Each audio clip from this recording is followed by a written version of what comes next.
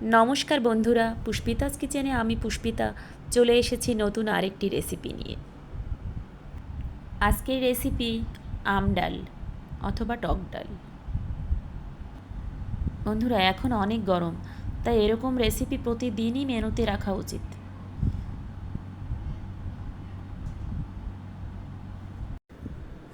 এবার একটা কড়াইতে জল নিয়ে নেব। ডালটাকে কড়াইয়ের ভিতর দিয়ে দিচ্ছি।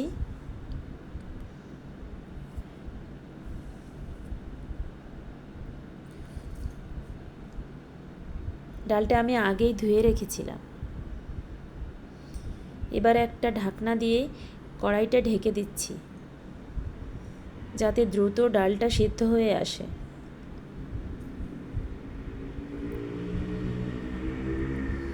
কড়াইটা ঢেকে দিচ্ছি।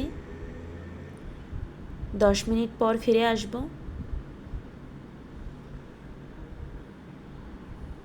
আমটা আমি এভাবে কেটে নিয়েছি, আপনারা এভাবেই কেটে নেবেন। ফিরে এলাম 10 মিনিট পর। ডালটা সিদ্ধ হয়ে এসেছে। এবার ডালের এই ফেনাটা আমি উঠিয়ে ফেলে দেব।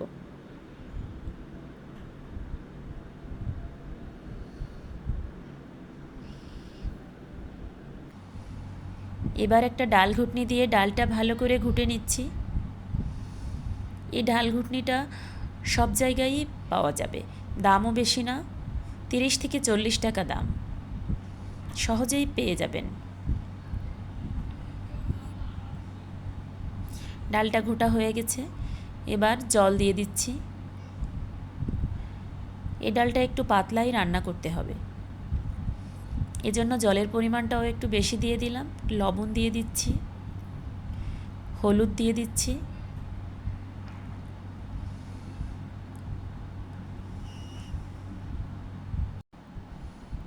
এবার ডালটা নামিয়ে নেব।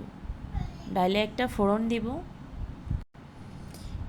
এই পর্যায়ে আমি কড়াইতে একটু তেল দিয়ে দিচ্ছি সরিষা ফোড়ন দেওয়ার জন্য। আমি কিছু সরিষা দিয়ে দিলাম। এখানে আমি ছোট দানার সরিষাই ব্যবহার করছি। এই সরিষাটায় ঘ্রাণ অনেক বেশি, এজন্য এই সরিষাটাই ব্যবহার করছি। সরিষাটা আমি একটু নেড়ে চেড়ে দিচ্ছি, যাতে ঘ্রাণটা খুব ভালো বের হয়।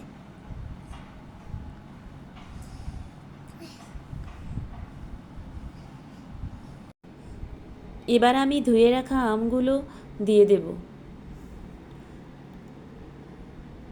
দিয়ে দিচ্ছি আমগুলো।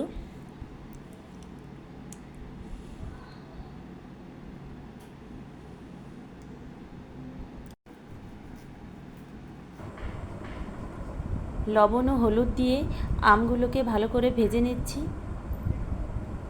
আমগুলোকে ভালো করে ভেজে নিলে ডালের কালারটা অনেক সুন্দর আসে। আপনারা চাইলে কাটা আমগুলো ডালের সাথে দিয়ে দিতে পারেন। আমটা এভাবে হলুদ লবণ দিয়ে ভেজে নিলে ডালের কালারটা এত চমৎকার আসে, মানে ডালটা দেখলেই খেতে ইচ্ছে করবে। এবার ডালটা কড়াইতে দিয়ে দিয়েছি। এবার 4-5টা কাঁচা ঝাল ডালের ভিতর দিয়ে দেব। রান্নাটা প্রায় শেষ, এবার নামিয়ে নেব। বন্ধুরা, এই রান্নাটা যদি একটুও ভালো লাগে তাহলে অবশ্যই লাইক, কমেন্ট এবং সাবস্ক্রাইব করে পাশে থাকবেন। এবার নামিয়ে নিয়েছি।